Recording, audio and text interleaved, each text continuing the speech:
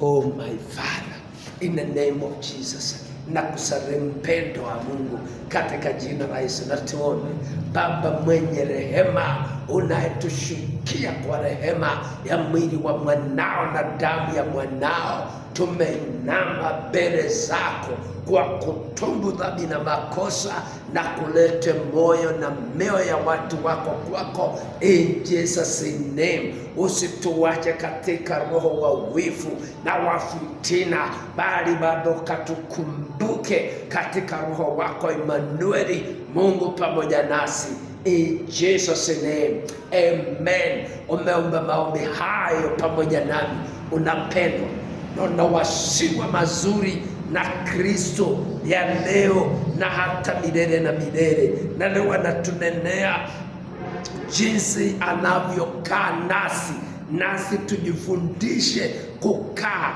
katika kutendana wema. Anasema hivi katika Matthew 5 and verse 25 and verse 45, ili mpate kuwa wana wa Baba yenu aliye mbinguni, maana yeye huonyeshea juu yake waovu na wema,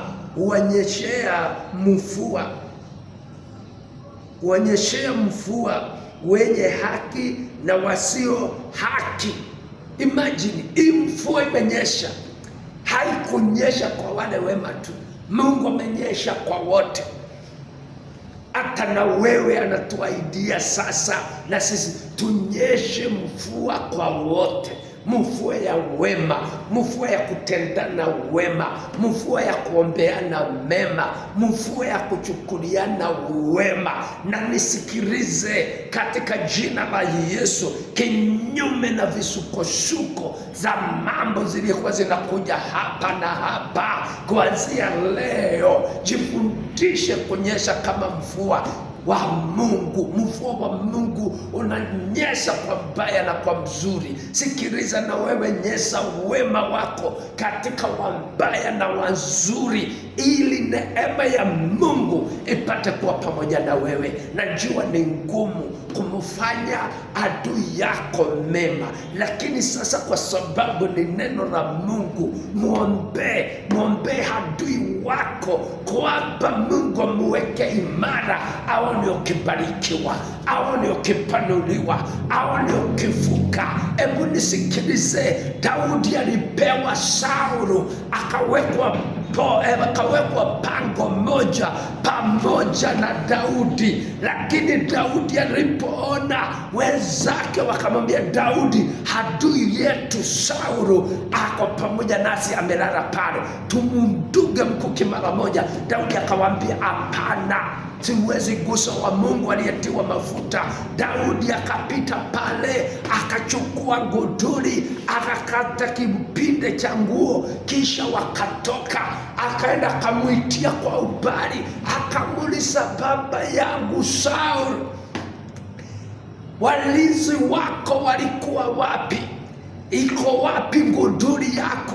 Iko wapi kitambaa yako ya nguo? Hebu nisikilize. Saul akastuka, akamwambia, mwanangu Daudi uishi. Hebu nisikilize, alitiwa hofu na machungu akakuja naye, lakini Daudi akajifundisha kutenda mema. Nisikilize, hata wewe mwachie moto adui yako, ili awekwe kwako mpaka umchukulie nguduri na hata ukate upinde. Umuulize, kama mimi unasema nitakuua, kama nilikuwa nakuua jana, wapi nguduri yako? Wapi kitambaa cha nguo yako kama sio hiki? Sikiliza leo, Daudi akamweza Saulu kwa kumtenda mema, na wewe muweze Saulu kwa kumtenda mema, na wewe muweze adui yako kwa kutenda mema, katika jina la Yesu Kristo. Uko hapo na niambia, mchungaji, ingawa jambo hilo ni ngumu, mahali naomba Mungu anisaidie kama Daudi. Sema hivi nyuma yangu: Bwana Yesu, hata kama jambo hili ni ngumu, naomba Roho wako mwalimu, naomba Roho wako mshauri akawe pamoja nami, nikaweze kuonyesha mvua ya wema kwa wanayenifanya maovu, katika jina la Yesu. Ninakuamini Yesu na kuokoka, in Jesus name. Amen and amen. Oh my God, watu wako hawa wote na wanyunyishia mvua ya wema huu, wazuri kwa wabaya.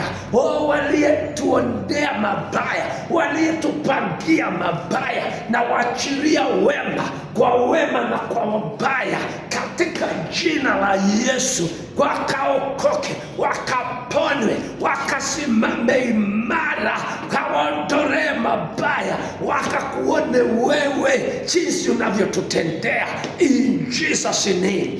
Amen and amen. God bless you. Hey, Bwana kubariki na usimame katika hili neno. Like, connect, kwa sababu Bwana anakupenda na anakuasa mazuri ya leo na hata milele. Wewe unayenifollow, zidi kusimama nami nitasimama na wewe. Maadui wataona ukistawi, nawe zidi kuwatenda mema, zidi kuwaombea, zidi kuwanenea mema, na utazidi kufurika, utazidi kuinuliwa, in Jesus name. God bless you. I salute you in Jesus name.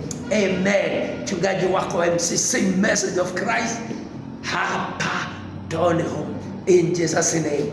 Amen. Shalom.